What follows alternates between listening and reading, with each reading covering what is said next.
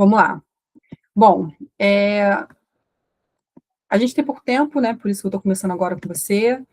E esse tempo ele é ouro para a gente conseguir trabalhar o básico que é necessário para que você passe, ou pelo menos comece a estudar para o UERJ. Eu Então, tenho uma observação, tipo pode assim, o falar. que eu percebi é que, tipo assim, no exame de qualificação da UERJ, em uma questão mistura sociologia, filosofia, história, geografia. Então, assim, como identificar e como saber responder? Porque, tipo assim, eu não tive sociologia e filosofia no meu ensino médio. Então, assim, vai ter coisas que eu não vou saber identificar.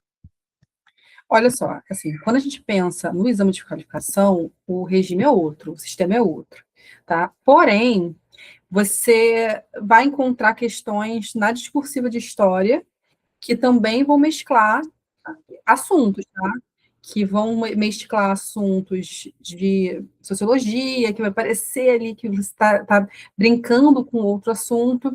Então, o que a gente tem que entender é o seguinte: eu vou ler com vocês o edital, para vocês terem uma noção do que eu estou falando, né? Essa divisão em caixinhas, do que é história, do que é geografia, isso é algo que há muitos anos a gente está perdendo. Obviamente que o foco é um ou outro. Não necessariamente uma questão que você está ali vendo, que está brincando com a geografia e com a história, é de uma disciplina ou outra. Às vezes, realmente está tendo essa mescla. Então, você não tem que identificar. Tá? Até porque a própria UERJ, ela não trabalha dentro do cronograma sociologia e filosofia, não está dentro do programa dela. Tá? Então, assim, ela não está te cobrando nada diretamente relacionado. Só que a geografia, ela vai trabalhar determinados assuntos que parecem ser da sociologia. Ou seja, resumindo, falei para caramba, não vai identificar, não necessariamente. Tá? Então, por isso que eu falo para vocês que estudar para quê? Estudar para intensivo, né? Você precisa correr contra o tempo. Então, você tem que ler a questão e você vai precisar aprender a trabalhar essa questão de uma forma um pouco mais interdisciplinar. Aquela última questão que eu trabalhei com vocês no EQ, né, é uma questão que ela está dentro da geografia, mas que ela está conversando com a sociologia, entendeu o que eu quero dizer? Sim, sim. É prático a coisa, né? Você vai ter que ter um estudo ativo, principalmente para o EQ. Por isso, questão, tá? Então, não assim, eu não sei como que está o seu nível, então, assim, eu precisaria de mais tempo com você, né, verificando as suas dúvidas para poder ter essa identificação de uma forma um pouco mais profunda. Mas essas dúvidas e suas dificuldades, elas só vão aparecer mediante esse processo de fazer questões, né? Infelizmente, é assim que funciona. Tá? Esse é o jogo da UERJ. Vou mostrar para vocês o edital, eu quero que você entender exatamente o que eu estou te dizendo. Mas consegui tirar essa dúvida? Sim, sim. Tá? Você não teve sociologia no ensino médio? Não, não tive. Cara, isso é muito complicado. Porque a prova, o Enem, pelo Enem Filosofia, Filosofia eu tive no primeiro e no terceiro, só que assim, o professor, no último ano, ele não passava nada, ele apenas, tipo assim, te dava presença e essa presença era nota. Ele não passava matéria. Então, assim, sério, não dá pra entender. então, para o UERJ não é tão problemático assim, tá? Você não ter tido filosofia, mas para o Enem, se você está tentando estudar para o Enem e para o UERJ junto, cara, Exatamente, os dois juntos. então, filosofia é essencial. Né? Filosofia tem cada ano que passa, o Enem trabalha mais filosofia. Mas vamos lá, Sim. gente. A gente tem pouquinho tempo, depois a gente pode trocar essa conversa melhor no grupo, tá? Para quem entrou agora, boa noite, né? A gente está com um pouquinho menos de pessoas agora, mas não tem problema. Então, o que eu estou querendo aqui trabalhar com vocês hoje, né? A gente vai trabalhar o edital. Eu preciso ler com vocês, não ler em minúcia, mas mostrar para vocês como o edital funciona. Eu preciso ensinar vocês a estudar para a prova discursiva, né? Ainda mais para a galera aí que está querendo direito, psicologia, jornalismo, é uma galera que acaba me preocupando mais, porque são cursos que estão nas cabeças em relação a as classificações, né, os cursos mais concorridos da UERJ. Então, meu objetivo é esse, de conseguir colocar vocês ali para andarem sozinhos, caso vocês não façam o meu curso, enfim. Então, assim, a autonomia de vocês é o que mais me importa agora. Então, vamos lá, né? Começando a falar. E aí eu já pego esse gancho dessa conversa, dessa corrida pela UERJ, né? Repetindo para vocês uma frase que vocês já cansaram de ouvir com certeza, a ideia de que a UERJ é uma mãe. E assim, galera, a UERJ de fato é uma mãe, só que eu não quero que vocês, meus alunos, que agora estão como meus alunos, saiam ingênuos daqui. Porque essa mãe, ela também é uma banca de concurso. Então, ela tem algumas facilidades em relação a outras provas de outros vestibulares, sim, mas ela também tem algumas coisas que demandam de você uma certa malandragem.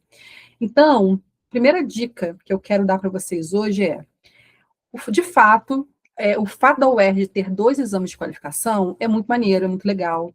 Ajuda vocês a conseguirem ter uma segunda chance lá na frente, lá em setembro, de conseguirem um A novamente, né, caso vocês não consigam agora em junho, né? Mas isso também acaba prejudicando muito, principalmente o pessoal dos concursos mais concorridos, porque a galera se foca tanto no exame de qualificação, e tem que focar, que acaba deixando a discursiva para depois. Só que, gente, a gente está falando de uma prova que vale 80 pontos. Vocês sabem como funciona, né? O sistema de pontuações da UERJ? Vocês sabem? Ou precisa que eu trabalhe aqui com vocês? Alguém não sabe como funciona? O exame de qualificação vale até 20 pontos, né? E o exame discursivo vale 80 pontos. Então, assim, deixar uma prova discursiva, que é muito mais complicada, até porque por questões emocionais ali que envolvem, lá para o final, não dá certo, a não ser que vocês estejam concorrendo aí para um concurso um pouco menos concorrido, aí eu falo para vocês, poxa, pode deixar para mais para frente, né? Que aí com 10, às vezes até com menos pontos, vocês conseguem chegar em algum lugar, mas não é para todo mundo. Então, a primeira dica que eu dou para vocês é não deixem para a última hora, tá? A segunda dica que eu dou para vocês é o seguinte, eu vou colocar aqui na tela, e calma aí, acabou passando direto, mas está fora da ordem, mas tudo bem. 3 questões aqui, só para vocês terem noção que uma questão é de um exame de qualificação, a segunda questão é do Submerge, que esse ano voltou a ser banca da UERJ, e eu aconselho vocês a olharem as provas do Submerge, que é a mesma banca, as questões são o mesmo padrão, e a terceira questão é uma questão do exame discursivo, 2025, tá? Eu coloquei errado aí. 2025, não, é 2026 mesmo. E agora está na dúvida, mas tudo bem, não importa. É uma questão do exame discursivo do ano retrasado, 2025, isso mesmo. Então, o que eu quero dizer com vocês quando eu mostro essas 3 questões? As questões da UERJ, elas se repetem.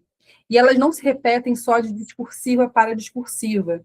A UERJ pega assuntos do exame de qualificação e ela recicla para o exame discursivo. Então, é interessante que a gente consiga trabalhar o exame discursivo junto com o exame de qualificação e que não negligencie. A Mari pergunta para mim, né, como identificar quando uma questão é de história, geografia ou sociologia, na UERJ, no exame de qualificação, e eu disse para ela que nem sempre dá para identificar. Às vezes, isso não está dentro de uma linha óbvia, ainda mais quando se trata de questões de geografia, que vão estar brincando, muitas vezes, com assuntos da sociologia ou da história. Só que tem questões, especificamente, do exame de qualificação, de história, que são friamente de história. E esses assuntos são assuntos que vocês devem olhar com um certo carinho e estudar esses assuntos para o exame discursivo. Eu vou mostrar isso para vocês na prática, beleza? Bom, uma outra dica que eu quero dar para vocês aqui é não ser maldoso com a prova. O que eu quero dizer com isso, tá? Porque o segundo erro mais comum é não entender a estrutura da resposta e não ter uma leitura ativa de comando. Galera, aqui entra a maternidade UERJ. Já ouviram essa frase ou eu estou falando uma frase que vocês nunca ouviram, que é UERJ é mamãe? Já ouviram isso alguma vez? Então, aqui entra a maternidade UERJ. A maioria das respostas das questões da UERJ, dos comandos, estão inseridos na imagem, ou na tabela, ou no gráfico. E aí, o que acontece é o seguinte, geralmente ela pede um comando, que é mais fácil, que está ali, de cara, e um comando que é um pouco mais profundo, que depende aí de um conhecimento mais profundo que está para além da questão, tá?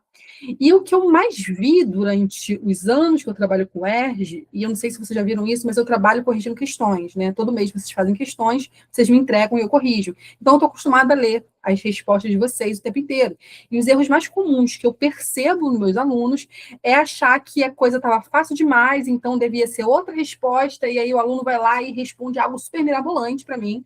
acreditando que está numa questão de pegadinha e acaba vacilando, respondendo alguma coisa errada, por desconfiar demais da questão. Tá? E isso é muito comum do aluno traumatizado com o Enem, né, que já espera que a pergunta seja uma casca de banana.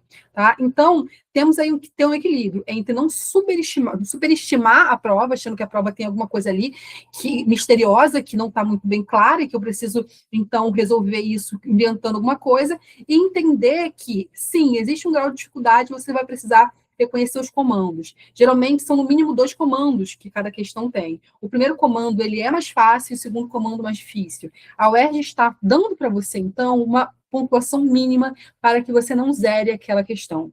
Tá? Lembrando que a UERJ ela desconta de 0,25 em 0,25 pontos. Tá? Entenderam até aqui? Até aqui foram só dicas. Tá? A gente não entrou ainda em assunto nenhum. Eu percebi que, assim, quando eu fiz a prova do exame discursivo da UERJ de História, eu percebi que é muito conteudista. É bastante conteúdo de história. Ela é, sim, conteudista, não dá para dizer que não é, né? Porque a gente está falando de uma prova discursiva, só que não são conteúdos extremamente específicos, não. Não são conteúdos como, por exemplo, as provas de São Paulo fazem, né, de trazer conteúdos que, às vezes, caramba, o aluno não teve no ensino médio, a não ser que ele tenha tido uma escola muito, muito boa, né? Então, ela é conteudista, mas ela também é justa no conteúdo que ela cobra. E ela não cobra conteúdos vazios. Por exemplo, aquela última questão do ano passado, que trabalhava Vale Tudo, né? A novela Vale Tudo, vocês estão ligados que questão é essa? Que eu não coloquei aqui porque eu nem ia comentar sobre ela. Sim. Quem não viu, dá uma olhadinha na prova do ano passado, pode até conversar comigo pelo privado, tá? Ou lá no grupo mesmo. Uma questão que pedia algo, trabalhando com a atualidade ali, pedia algo que está dentro de uma história que exige que o aluno compreenda o mundo em sua totalidade. Eu já vou falar sobre isso também, porque eu vou comentar o edital.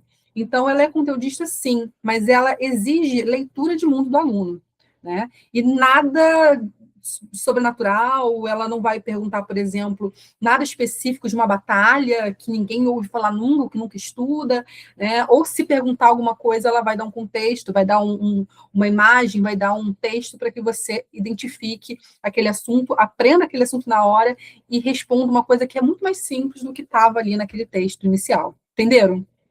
A lógica? Conteudista, mas não é absurda. Não tem nada de extrapolar o que vocês aprendem ali no ensino médio mesmo. Show? Bom, então, é isso que eu tenho para dizer para vocês, né? Estudar para discursiva é estudar para exame de qualificação e vice-versa. Estudem questões de exame de qualificação para discursiva, porque toda questão de história que cai no exame de qualificação pode se tornar uma questão de discursiva em algum momento. Respeitem os comandos, eles não estão ali para te empurrar, para fazer escorregar, tá?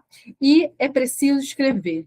E não dá para começar em cima da hora para quem quer cursos mais concorridos, porque é uma prova que vale 80 pontos, né? Então não dá para negligenciar isso. Dito isso, um dos últimos erros, assim, que talvez seja o mais básico aqui, o mais óbvio de se falar, que é o aluno que estuda ali por 1000 videoaulas, né, vê várias coisas e estuda coisas que às vezes não tem nada a ver e não vê o básico. Gente, edital. Vocês precisam criar tradição de concurseiro. Né? Eu sei que vocês são jovens, eu sei que vocês estão fazendo vestibular, mas a gente acabou criando uma cultura de jovens vestibulandos que acreditam em tudo que um professor aleatório da internet fala. Eu estou fazendo aqui minha culpa. Gente, o que vocês precisam aprender está no edital. Não dá para fazer uma prova, não dá para ir para o vestibular, um vestibular tão difícil quanto o da UERJ, sem conhecer o edital. Tá? O edital é o fio que vocês vão precisar seguir para conseguir compreender. Tá? Então, eu trouxe aqui o edital para vocês, para a gente conversar um pouco sobre esse edital. Eu sei que parece chato, mas de coração eu estou fazendo isso com todo o meu carinho, porque eu quero que mesmo vocês que não vão estar comigo durante esse ano, entendam essa prova e saibam o caminho a seguir a partir de agora. Estão preparados? Posso colocar aqui o edital para a gente? Sim. E eu tenho uma dúvida sobre a questão discursiva. Você acha que é uma obrigação resumir o máximo possível ou tem que falar bastante, explicar bastante? Eu vou fazer uma questão com vocês que eu vou ensinar vocês a escrever, tá? Para a prova. E o que eu Tá digo para bom. vocês é o seguinte: é necessário que vocês tenham um equilíbrio, tá? É necessário que vocês compreendam o seguinte: eu tenho uma aluna que ficou em segundo lugar em direito no passado, inclusive, que ela escrevia a beça. E assim, o ano inteiro foi eu tentando fazer com que ela, olha, escreve menos, cuidado com isso, você está ultrapassando o limite, porque você não pode escrever nada além do que está sendo pedido. Não pode. Escreveu, extrapolou, errou, vai perder ponto. Coisa que você não perderia se você não tivesse falado nada. Então, não extrapole. Agora, um outro aluno meu, que ficou com 19,5 na UERJ ano passado, nessa última prova que ele fez, ele só escrevia pontuando, né? Ele pontuava o assunto, sabe? E ele não escrevia ali um texto discursivo, né? Então, tanto que, assim, antes da prova, um dia anterior, mandei mensagem para ele, falei, olha, pelo amor de Deus, relê o que você escreveu, não deixa de escrever, porque às vezes ele acabava esquecendo alguma coisa ou outra. Então, assim, repare, né? Essa minha aluna que foi em segundo lugar em direito tirou 17. Esse meu aluno ficou com 19,5. Os dois escreviam de maneira completamente diferente. O edital não especifica a forma como tem que escrever. A única coisa que vocês não podem deixar de fazer é escrever exatamente aquilo que foi pedido. Nada de inventar moda para mostrar conhecimento, beleza? Ou seja, fugir do tema. Fugir do tema, ou falar, eu sei, pô, sei uma coisa aqui que ele não perguntou, mas eu, pô, com certeza vai ser legal que ele saiba que eu sei. Aí você vai lá e coloca, cara, isso aí é desrespeitar o comando e isso pode levar você a ser descontado, tá? E se errar, então, aí que a coisa fica feia mesmo. Bom, gente, é muito ruim ter que falar pouco, viu? As minhas aulas duram pelo menos 1h30, 2 horas, então ter que correr com vocês aqui me dói o coração, mas é o que a gente pôde fazer para hoje. Né? Então, vamos aqui. Eu só vou ler com vocês essa primeira parte do edital. Né? O resto eu só vou pontuar, tá bom? E aí a gente tenta fazer uma questãozinha para a gente fechar esse assunto aprendendo a como escrever. Tá? Eu prometo que geralmente as aulas são bem maiores que isso, mas é o que dá para fazer hoje. Então vamos lá. Vamos ler essa partezinha para a gente entender o seguinte. Vamos lá. O ensino de história deve possibilitar ao homem uma compreensão das experiências sociais no tempo vivido. Assim sendo, constitui-se um exercício de reflexão e de crítica, pois são esses procedimentos que formam em nós atitudes cotidianas capazes de informar o nosso julgamento sobre o que vemos e ouvimos. Esse programa busca dialogar com os conteúdos apontados no ensino básico, de fato são, tá? Nada extrapola. Em uma perspectiva investigativa que permita ao candidato perceber as práticas de construção do conhecimento histórico e a relação multifacetada entre o passado e o presente que se estabelece em sua Constituição. A organização das 5 unidades tem como balizas temporais a construção da modernidade ocidental e uma reflexão sobre as principais problemáticas do presente. Os eventos e processos selecionados serão abordados de modo a levar o candidato a estabelecer relações entre social, político, econômico, cultural e ideológico, numa perspectiva espaço-temporal, o que conversa com aquilo que a gente estava falando. Às vezes você vai pegar uma questão ou outra que parece que, meu Deus, isso aqui não é bem história, mas é, porque está dialogando com esses fatores, possibilitando nesse modo, a apreensão de conjunturas históricas e suas especificidades e interações. O exame discursivo dessa disciplina visa verificar a capacidade do candidato nos seguintes aspectos: operacionalização dos dados objetivos do conhecimento produzido no âmbito do saber escolar. O que significa isso? Aprender a ler tabela, gráfico, enfim, tudo isso, ó, ultrapassando, isso é muito importante, ultrapassando o nível da simples memorização de nomes e datas. A UERJ nunca vai perguntar em que ano isso aconteceu. O que ela vai fazer é o seguinte, pedir para você correlacionar fatos que estão ali no mesmo momento temporal, tá? Por exemplo, Revolução Francesa, e aí vai fazer uma pergunta ali sobre Conjuração Baiana. Vou mostrar isso para vocês, tá? Análise e interpretação de textos escritos ou imagéticos, que eu acabei de falar agora, articulando as noções, princípios e visões de mundo do contexto em que foram produzidos, desenvolvimento de explicações sobre determinados contextos históricos e conceitos fundamentais para a compreensão do processo histórico, caracterização de múltiplas durações de tempo e de ritmos distintos das mudanças políticas, sociais, culturais e mentais. A partir daqui, eu não vou ler mais nada com vocês, mas isso eu precisava ler, porque eu preciso que vocês compreendam que a gente não está falando de uma prova que vai perguntar para vocês data de absolutamente nada. Estamos caminhando aqui? Vou passar aqui então, viu? Trouxe aqui só para que vocês vejam, tá? E aí vamos comentar rapidinho sobre isso. enfim, resumindo o que a gente acabou de falar, a primeira coisa que vocês precisam entender é que esse edital não é organizado em conteúdos isolados. Eles deixam bem claro isso, são 5 eixos, esses 5 eixos, eles estão correlacionados, e aí a gente vai ver como isso funciona na prática. Primeiro, o programa começa na construção da modernidade ocidental, século XV e XVI. Percebam que nós não temos idade antiga aqui, nós não temos idade média aqui, tá, no edital. Isso não está colocado aqui de forma aleatória. Ele falou isso para a gente naquela introdução. Essa é uma escolha da UERJ como eixo estruturador da prova. E o que isso significa? Significa que a UERJ quer que vocês compreendam as mentalidades das sociedades ocidentais. Tá? É na modernidade que a mentalidade ocidental, como a gente tem hoje, se estrutura. Tá? E por isso que, não, que ela está se importando aqui de vocês compreenderem o mundo a partir disso, e não antes disso.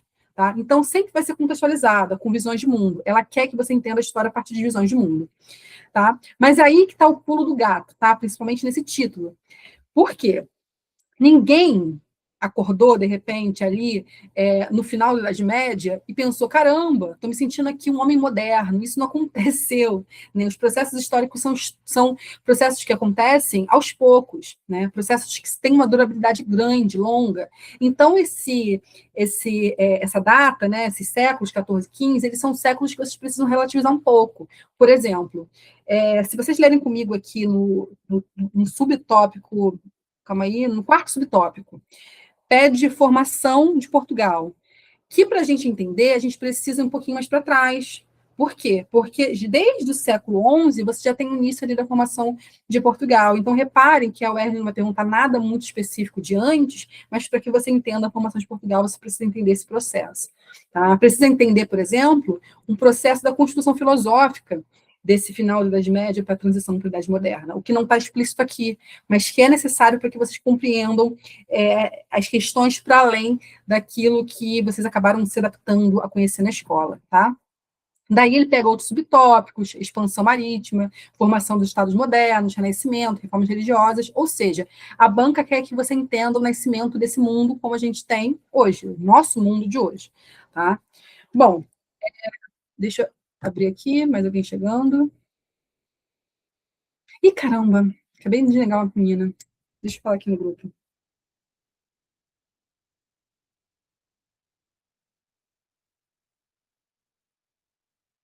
Só um minutinho, gente.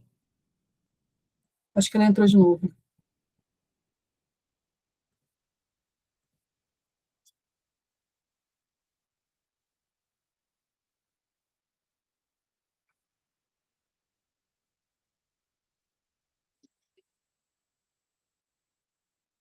Desculpa, gente, acabei negando aqui uma menina que tentou entrar, aí eu mandei uma mensagem para o grupo. Mas vamos lá, continuando aqui. Então, a gente está vendo aqui um processo que precisa ser entendido a partir dessas temporalidades que são distintas, beleza? Que são distintas, mas que elas se conectam, né, de alguma forma. Né? Tanto que a gente vê aqui depois que o próximo tópico já vai ser a consolidação do antigo regime, né, do absolutismo monárquico. Então, reparem que são 2 assuntos que poderiam estar aqui dentro, né, mas eles são subdivididos. Estão pegando, gente? Está chato? Porque eu sei que é chato falar digital, mas assim, juro para vocês que é pelo bem de vocês. Tá indo? Alguma dúvida até agora? Não, esse edital não é desse ano, e boa pergunta, que eu esqueci de comentar sobre isso com vocês. Gente, o edital não muda, tá? Ele é assim desde 2016, e o que muda é o último tópico que fala sobre Guerra Fria e o tempo presente. Aí geralmente é assim, ó, Guerra Fria até 2024. Aí no ano seguinte, Guerra Fria até 2025. O edital raramente muda alguma coisa.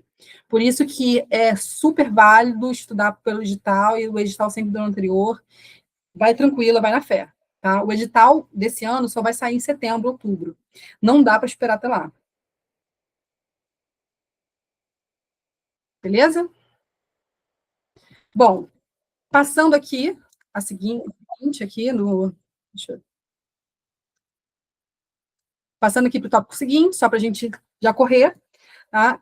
Depois a gente está vendo aqui a consolidação do antigo regime. Aqui entra o iluminismo, a Revolução Francesa, enfim. Percebam que não são apenas eventos, tá? O que ele está trabalhando aqui é com rupturas estruturais. Repara que de um tópico para outro, a gente tem um processo de ruptura. Rupturas e continuidade. São palavras super-chave para você entender processos históricos e até para responder questões.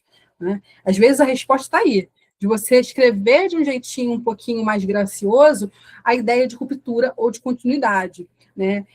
Leiam só os últimos tópicos desse tópico aqui comigo. Vamos lá. Revolução Francesa. Significados e características, impactos nas sociedades europeias e americanas. O que eu quero que vocês reparem é que a Revolução Francesa ela não está sendo apresentada para você de forma isolada. O que a UERJ vai te perguntar, se ela falar de Revolução Francesa, e eu provo isso para vocês em questões, é a relação da Revolução Francesa com o legado do mundo colonizado, né, principalmente das Américas, em função da Revolução Francesa. Olha o outro tópico, sistema colonial em questão, a independência das 13 colônias, Revolução da Haiti, Inconfidência Mineira, Conjuração Baiana, guerras napoleônicas e seus impactos nas colônias ibéricas. Repara que há uma correlação de fatos entre Brasil e o restante do mundo, principalmente Europa. Né? Então, reparem, a gente não pode ver esses assuntos de forma separadas. Show? Estamos indo? Alguma dúvida até agora?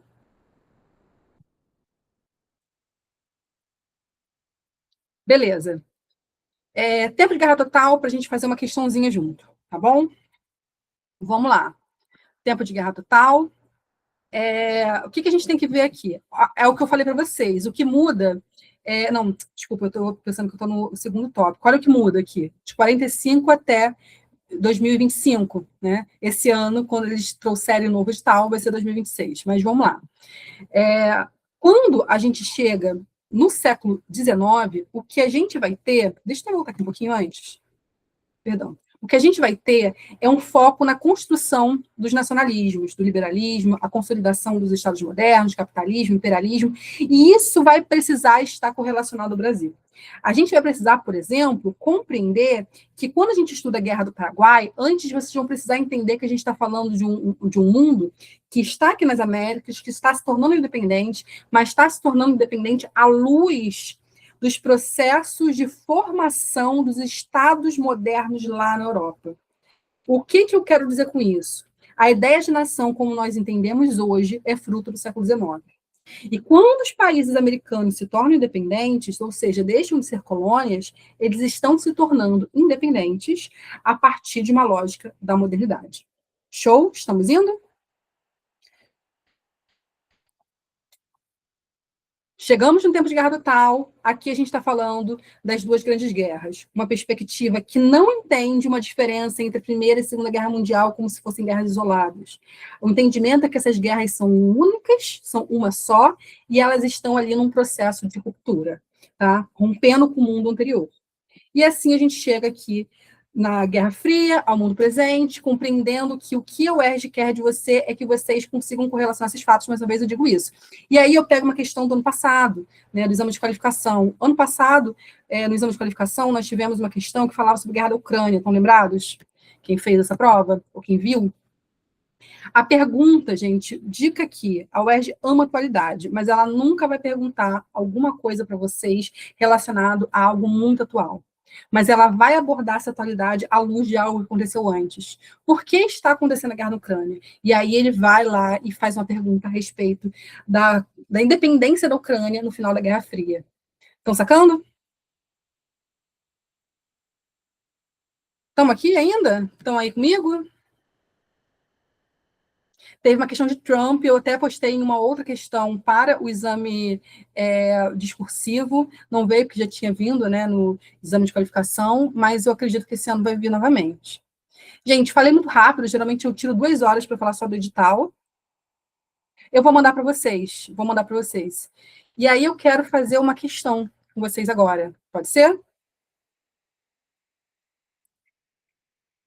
Deixa eu fazer uma questão, eu vou pular essa, e eu vou para uma outra questão aqui, que é essa aqui. Essa aqui é uma questão que é muito interessante, leitura de imagem. Se der tempo, eu faço com vocês, tá?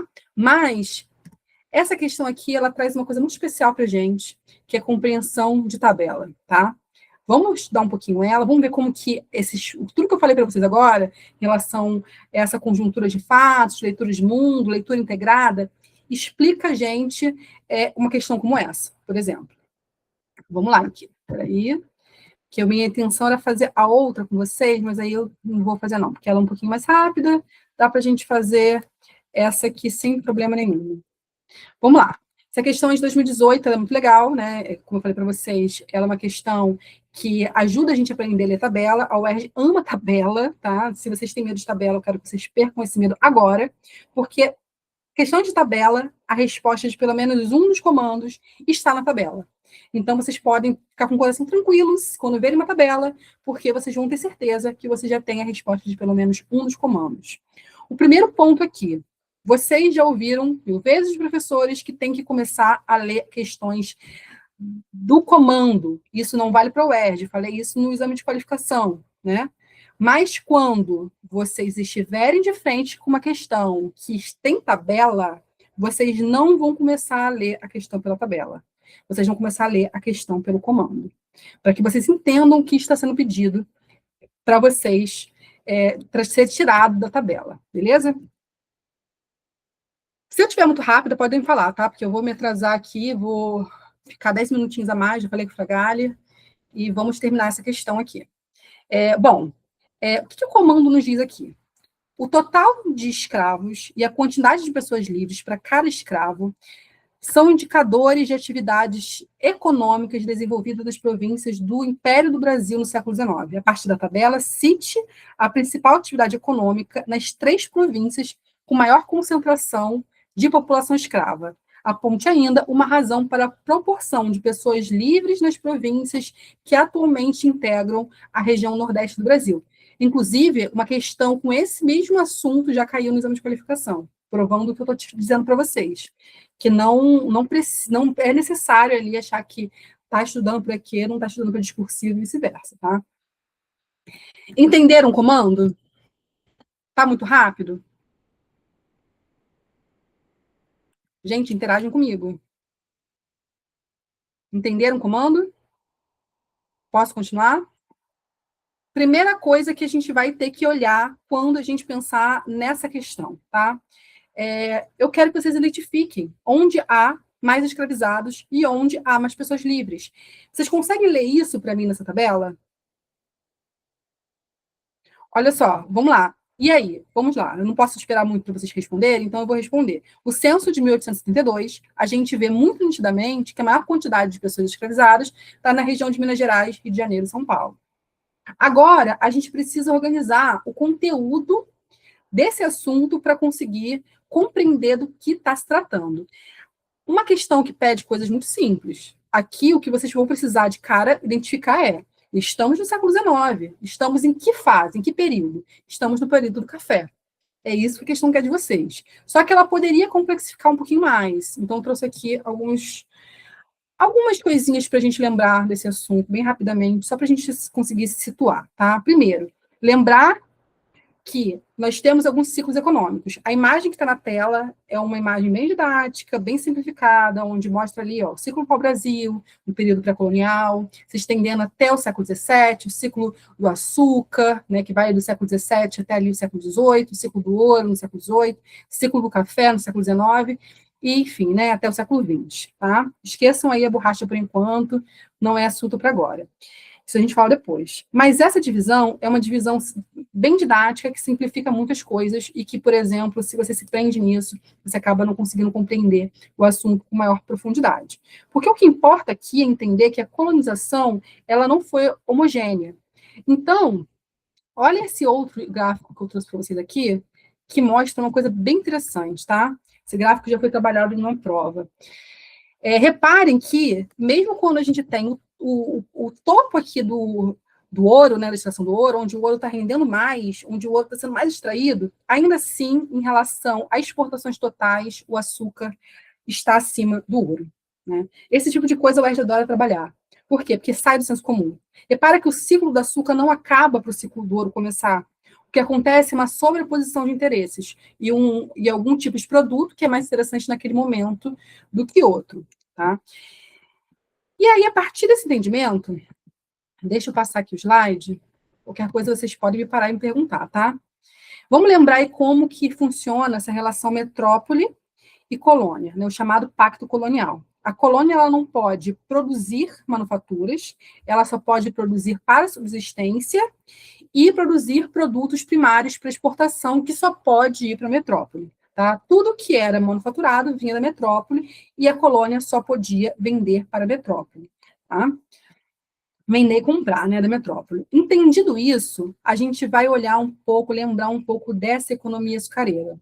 Tá? Mas a questão toda é, por que falar de economia açucareira, né, quando a gente está falando ali do período do café? E é isso que eu quero que vocês entendam aqui, tá? O que eu quero que vocês entendam é que a crise da cana-de-açúcar é o que afeta diretamente a dinâmica da escravidão do Brasil, tá? E um dos motivos mais significativos para essa crise do açúcar foi um processo que a gente chama de invasão holandesa. Eu estou confundindo a cabeça de vocês ou vocês estão pegando o que eu quero dizer? Vamos lá, vem para mim aqui. Tá vindo? Tá indo?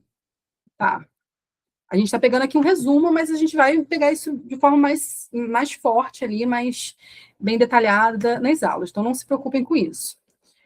E aqui, o que a gente tem que saber? Desde o início da colonização portuguesa, a gente tem esse esquema de estrutura social, tá? Onde a sociedade açucareira, ela estratifica muito pessoas. Temos ali os senhores de engenho, temos pessoas livres, temos escravizados. Só que o ponto que é interessante aqui é saber que, quando a gente fala de açúcar, a gente não pode dissociar a questão dos holandeses. O que acontece? Desde o início da colonização portuguesa, e deixa eu até passar aqui para vocês entenderem isso, eu não vou falar sobre isso agora. Tá, vamos para cá. Desde o início da colonização portuguesa, Holanda tinha um pacto com Portugal, tá? Um pacto onde a Holanda ela tinha ali responsabilidades para gerir o açúcar, até para refinar esse açúcar, ela vendia esse açúcar, e o financiamento era totalmente português, beleza? Acontece que a gente vai ter, em um determinado momento, que Portugal vai perder a coroa para a Espanha, período que a gente chama de União Ibérica. Nisso, o que vai acontecer é que Espanha não se dá com a Holanda, vai expulsar a Holanda, e aí o Brasil, a colônia brasileira, vai ficar completamente desassistida daquele que era seu maior parceiro na produção de açúcar. Isso vai levar a uma crise do açúcar, o que vai levar a um empobrecimento dessas pessoas que estão justamente nessa região Nordeste, levando à dificuldade de comprar escravizados. Pegaram isso? Pegaram? Posso repetir, tá? Se for o caso. Acontece que no século XVIII se encontra ouro no Brasil, tá? E quando o ciclo do ouro vem, esse açúcar está em crise. E o açúcar que antes sustentava o mercado de escravizados, agora não sustenta mais. E quem vai sustentar agora vai ser justamente aqueles que vão explorar o ouro. Até porque, para se poder conseguir lavras para explorar esse ouro, ou seja, para conseguir terra para poder explorar o ouro, era necessário um número mínimo de escravizados.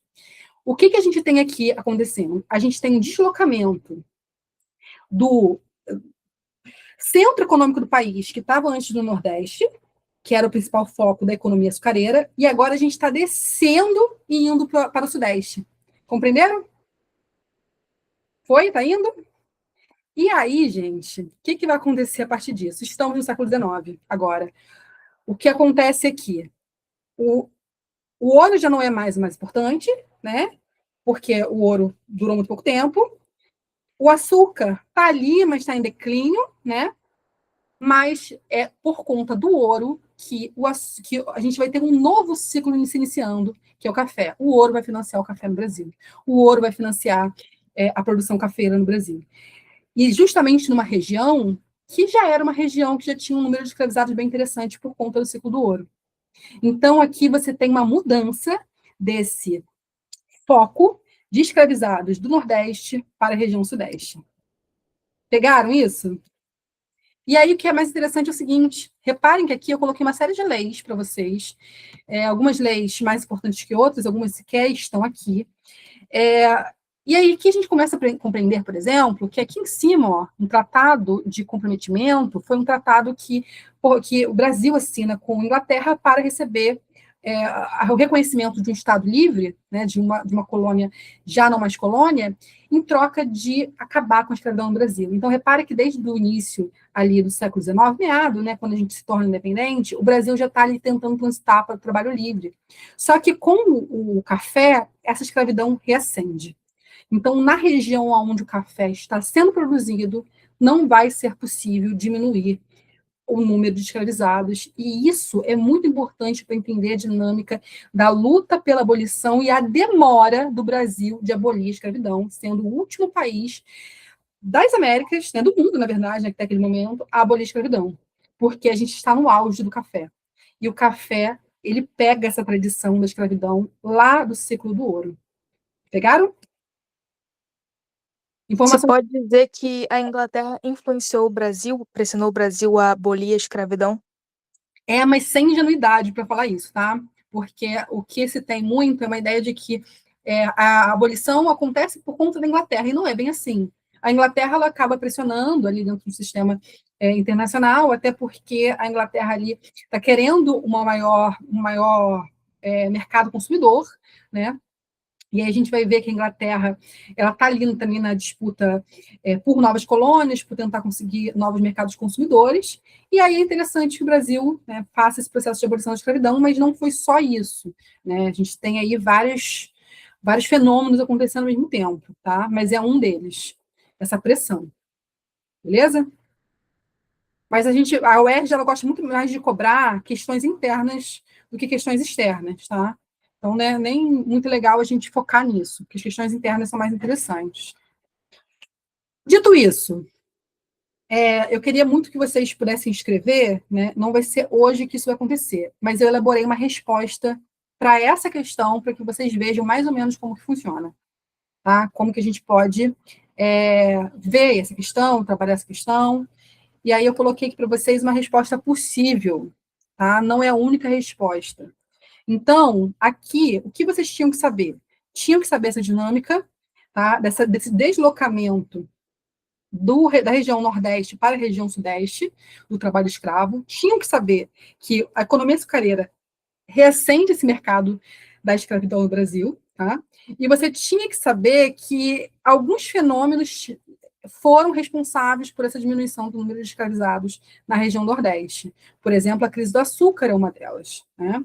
A crise do açúcar, o aumento da demanda por causa do comércio do café, enfim, as leis anti-escravistas, como, por exemplo, a Lei Eusébio de Queiroz, né, que faz com que fique mais caro adquirir uma pessoa para ser escravizada, porque, afinal de contas, agora não entra mais gente de fora, os escravizados são só filhos de escravizados, tá? E para tornar a coisa mais tensa ainda, repara que a gente está ali iniciando, conseguindo transitar para a lei do ventre livre, né? O que faz com que futuramente a percepção que se tenha é que essa mão de obra escravizada fosse ficar ainda mais cara.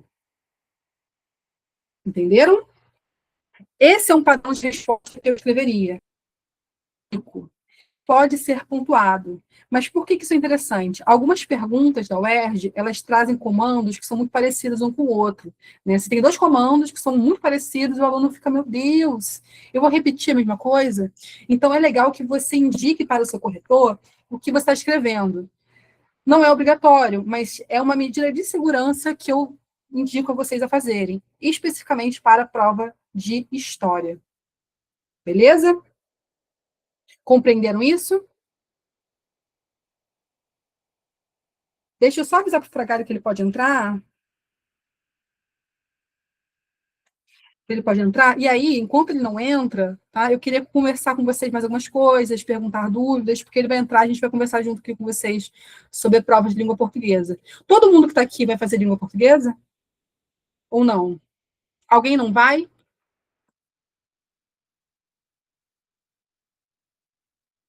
Vamos lá, então lá no Nordeste tinha poucos escravos, porque a economia estava. No Sudeste, cara, não é bem isso, tá? A economia, e é o que eu falo, o que eu falei para vocês. Deixa eu até voltar aqui para mostrar novamente isso aqui para vocês, tá? Aqui é um gráfico que vai até 1820. E aí, novamente, eu repito, a economia do açúcar não morre. Né? Aliás, a economia do açúcar até hoje no Brasil é bem interessante, né? Hoje para outros objetivos, né? A produção de energia, mas ela não morre. O que acontece é que a gente tem um país, uma colônia naquela época, que ela é continental. Então, em alguns determinados espaços, algumas regiões vão estar mais vivas economicamente que outras. Por exemplo, o que a gente vai ter no sul é criação de gado, uma criação de gado muito forte, para alimentar justamente o Sudeste. Então, são relações econômicas diferentes. Acontece que a gente tem uma crise econômica também acontecendo ao mesmo tempo, né? Então, aquela galera que antes, eu até coloquei aqui para vocês e acabei não falando muito sobre isso, que é isso aqui, ó, essa sociedade chamada a doce pirâmide, né, essa sociedade que ela é uma sociedade muito estratificada e que buscava recriar aquela ideia de sociedade de cortes que a gente vê lá na Europa do século XVIII, que é aquela sociedade bem estratificada, das belas roupas, dos bailes, aquela coisa bem Disney. Havia uma tentativa de reproduzir isso no Brasil. Tá? E nas colônias em geral, tá? Isso não era nem só uma característica do Brasil. Então, existia uma tentativa de parecer, de ser português. Tanto é que, quando a gente for olhar esse assunto com maior profundidade, a gente vai ver, por exemplo, que existiam hierarquias dentro da própria aristocracia, por exemplo. Existiam aqueles que eram chamados de cristãos novos, que eram judeus convertidos ao cristianismo, que eram considerados pessoas que não eram confiáveis para determinados cargos públicos. Então, é uma sociedade muito estratificada. E no século XVII, principalmente, que é quando essa pirâmide social ela se forma com muita força, o que a gente vai ter é uma elite aristocrática do engenho muito forte no Nordeste. Então, o que a gente percebe, e a UERJ já trabalhou com isso, é que quando o açúcar ele entra em crise, rola um empobrecimento, então a qualidade de vida cai. Só que isso não afeta só economicamente essa população, tá? Essa elite. Afeta principalmente, assim, talvez principalmente não seja bem a palavra, mas afeta também a moral. Tá? Então, ter escravizado era sinônimo de status. Então, a gente pode, sim, dizer que essa economia ela ainda continua existindo no Nordeste, tá? Inclusive, ela é importante, como a gente viu naquele gráfico, né? O açúcar ainda era muito importante, mas ela não tinha mais o mesmo status de vida que antes. E só para que você entenda, onde se extraía ouro, não se produzia nada. Tá? Ou seja, onde extraía ouro, não podia se plantar cana. Onde extraía ouro, não podia se criar gado. Né? Onde se extraía ouro, não podia se plantar algodão, nada, não poderia. Então, onde se produzia ouro, não era onde se produzia a cana-de-açúcar. A cana-de-açúcar era prioritariamente ali no Nordeste mesmo ainda. Então, repara que, pelo gráfico, a gente percebe que o Nordeste ele não se torna irrelevante. Só que você tem uma diminuição da qualidade de vida dessa população no Nordeste, dessa população de elite, tá? Nordeste, e, portanto, número menor de escravizados. Foi? O que a gente vai ter, inclusive, é até uma mais rápida transição para o trabalho livre no Nordeste do que a gente tem no Sudeste. Compreenderam? Foi? Bom, cara, vocês topam ir um pouquinho além do horário que eu falei? Porque como agora sou eu fragalho, eu posso alterar um pouquinho o horário para fazer mais uma questãozinha? Ou não? Custa nada, né? Acho que ajuda a gente. Acho que vocês vão conseguir entender melhor isso aqui a partir dessa questão aqui. Essa questão é uma questão rápida, ela só tem um slide mesmo, ela é bem rapidinha da gente compreender. Por que eu acho que seria legal a gente fazer isso? Porque a gente está falando de sociabilidade e assuntos que são muito caros para a UERJ. Essa questão aí que está na tela ajuda a gente a aprender também a ler imagem, né? A ler imagem, a entender como que funciona esse encontrar a resposta na questão, tá? Reparem que nessa imagem a gente tem algumas figuras de indígenas. A gente não leu ainda o texto, tá? A gente só está lendo aqui a imagem. A gente tem algumas figuras de indígenas. Só que a gente tem que reparar algumas coisas. E aí, estudar para a prova de história, aliás, até para o Enem isso serve, também aprender a ler imagem. Porque, de cara, eu preciso que vocês reparem, tem a malícia de reparar que alguns estão vestidos, outros não. Né? Tem aí uma moça segurando uma criança que ela está ali com a sua genitália coberta, o que significa que ela está sendo docilizada pelo artista, significa que ela está sendo colocada ali com uma figura materna. Temos aí pessoas vestidas, né, com lanças um pouco menos brutais, né, e temos um homem nu, dois, na verdade, né?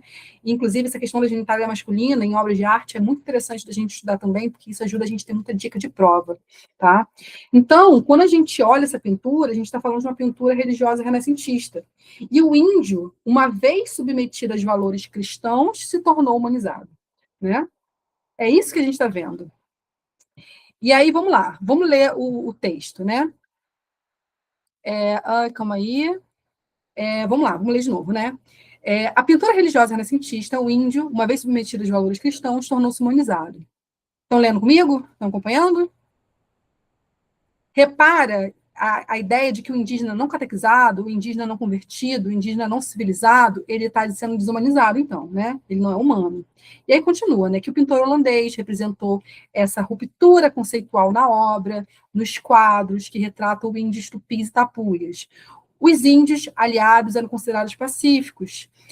Quando a gente fala de índios aliados, a gente está falando de índios tupis. Tá? Eu já vou explicar isso melhor para vocês. São terminologias que surgem durante esse Brasil colonial. Tá? São indígenas trabalhadores, pacíficos, tinham família, andavam vestidos, foram domesticados, estavam acessíveis ao trabalho cotidiano. Enquanto isso, os índios bravos, bárbaros, ou seja, os tapuias eram antropófagos, andavam nus, carregavam despojos esquartejados como alimentação e guerreavam contra os colonizadores. Reparem aqui que a gente está falando de um texto e de uma imagem que você, antes de ler o comando, já viu e já entendeu o objetivo. A gente está falando aqui de uma questão que compara visões de mundo, que trabalha a memória, que trabalha a visão do indivíduo do século que fez essa imagem. E é isso que vocês vão precisar chegar lá na frente sabendo fazer. Nem preciso ler a questão para saber o que se trata. Óbvio que é de bom tom que vocês leiam. Mas eu preciso que vocês aprendam a ter essa malandragem. Isso vai ajudar vocês a ganhar uma segurança enorme e acertar muito mais questão do que antes. Tá? Então, os retratos de indígenas acima, continuando, né?